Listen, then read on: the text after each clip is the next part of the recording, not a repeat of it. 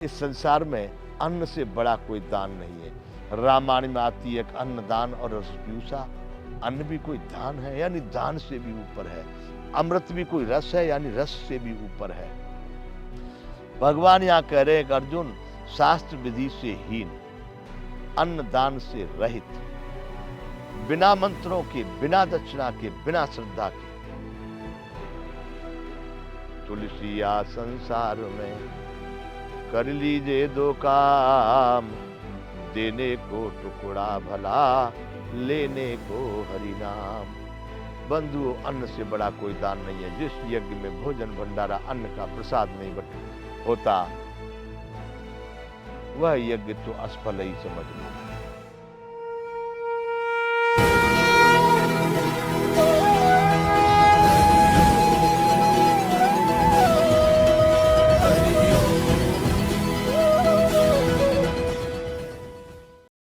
जय विश्वबंधु।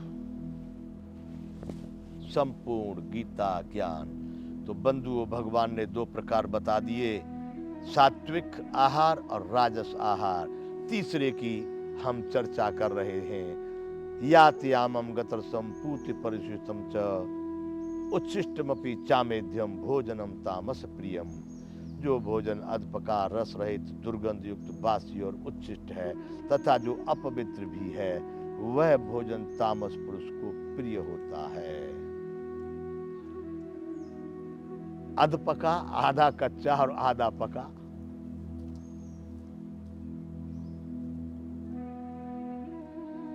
ऐसा भी होता है। दुर्गंध युक्त, बासी और उच्छिष्ट भी है। बंधुओं, इसमें संभव है कि वो मांसाहार का भी इसमें समावेश हो, क्योंकि अपवित्र वैसे गंदे संदे हाथों से गंदी चीजों को बनाना गंदे, लेकिन मैं समझता हूं यहां पर मछली आदि मांसाहार, उसको सात्विक लोग अपवित्र ही मानते हैं। दुर्गंध युक्त, जिसमें सुगंध नहीं आती है, दुर्गंध आती है। आज का रखा हुआ परसों खाएंगे। बासी, उच्छिष्ट का मतलब खराब।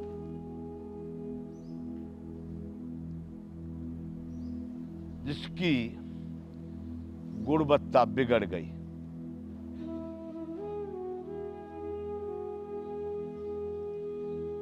अपवित्र। इसको ज्यादा वर्णन करना जैसा मुझे नहीं लगता है। सीधी बात है कि भगवान कह रहे हैं अधपका, रस रहित, दुर्गंध युक्त, बासी, उच्छिष्ट और जो अपवित्र भी है, वह भोजन तामस पुरुष को प्रिय लगता है। बंधुओं, समझ लीजिए अपवित्र और दुर्गंध युक्त और ये सब कौन से भोजन होते हैं। मैं तो मानता हूं कि इसमें सभी जो मांसाहार इत्यादि हैं, वो सब इसमें समावेश होता है। वह तामस लोगों को प्रिय होते हैं। तामस।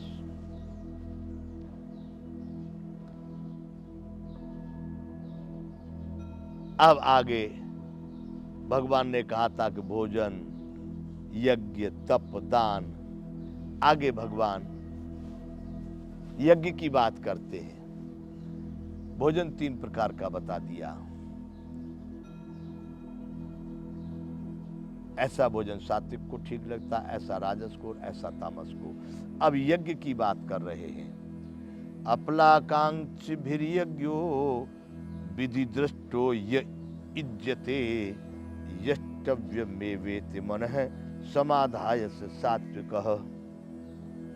जो शास्त्र विधि से नियत यज्ञ करना ही कर्तव्य है, इस प्रकार मन को समाधान करके फल न चाहने वाले पुरुषों द्वारा किया जाता है, वह सात्विक यज्ञ है।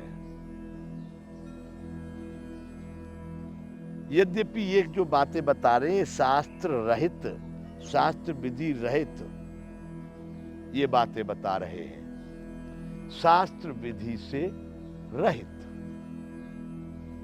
जो तप या यज्ञ या दान हो रहे हैं उनकी बता रहे हैं। परंतु भगवान यहाँ कह रहे कि अर्जुन, जो शास्त्र विधि से नियत यज्ञ करना ही कर्तव्य है, शास्त्र विधि को जिन्होंने सुन लिया या मान लिया या समझ लिया है कि यज्ञ करना ही एक कर्तव्य है, वो करना ही चाहिए, जिसमें कोई इच्छा नहीं, कोई फल की कामना नहीं, कोई इसमें दंभ नहीं, कोई पाखंड नहीं, कोई बनावट नहीं।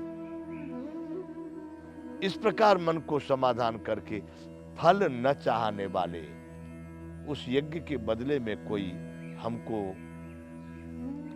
परिणाम प्राप्त होगा, यज्ञ करेंगे तो ये चीज हमारी पूरी हो जाएगी, ये मिल जाएगा, वो बन जाएगा, ऐसा जिनकी भावना नहीं है,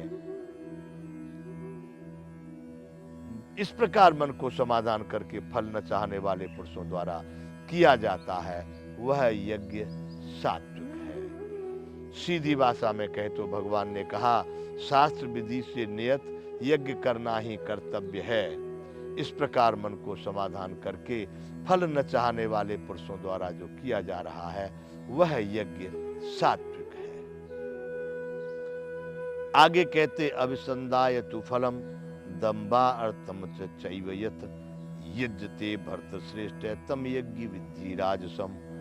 परंतु हे अर्जुन, केवल दंभ आचरण के लिए अथवा फल को भी दृष्टि में रखकर जो यज्ञ किया जाता है, वह यज्ञ तू राजस जान।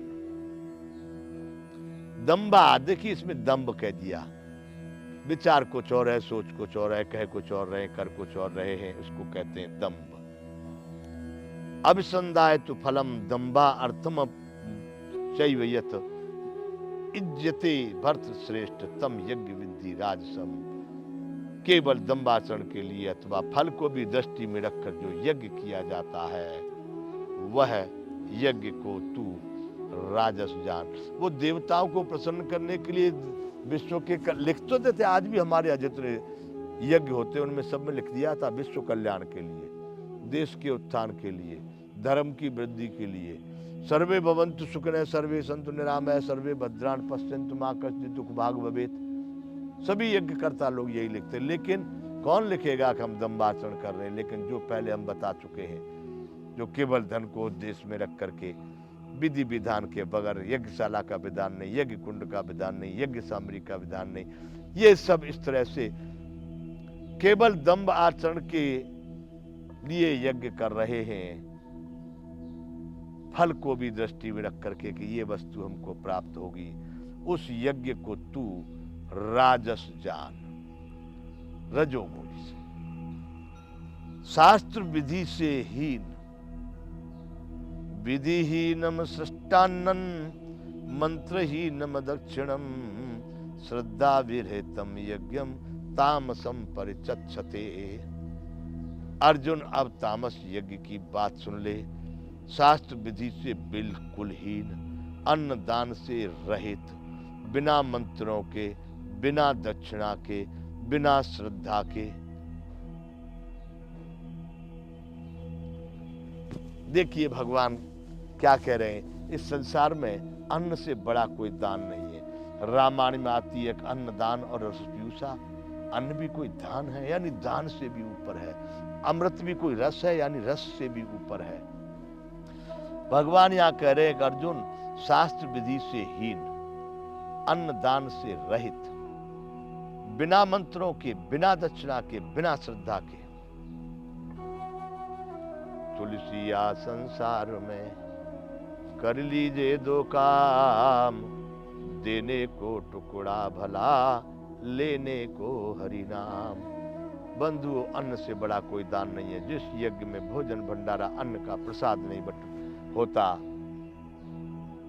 वह यज्ञ तो असफल ही समझ लो। और शास्त्र विधि से हीन, जिसमें शास्त्र की कोई विधि नहीं अपनाई गई, मंत्रों का भी कोई मंत्र बोलेंगे झूठ साच ऐसे ही उल्टे सीधे बोल करके पूरा करना है, टालम टोल करके। ब्राह्मणों को जो योग्य दक्षिणा मिलनी चाहिए, जो उचित यज्ञकर्ताओं को उसका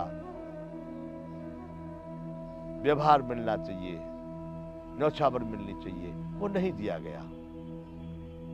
और उसमें कोई श्रद्धा भी नहीं थी। उनका उद्देश्य था धन कमाना या अपना झूठा दंभ पाखंड और अन्याय अनीति से लोगों को ठगना। तो भगवान कह रहे हैं, हे अर्जुन, इस प्रकार का जो यज्ञ है, श्रद्धा विधि से हीन, शास्त्र विधि से हीन, अन्नदान से रहित, बिना मंत्रों के, बिना दक्षिणा के, बिना श्रद्धा के किए जाने वाले यज्ञ को तू तामस यज्ञ समझ ले। वह यज्ञ किस प्रकार का हुआ? तमोगुणी। जय विश्व बंधु।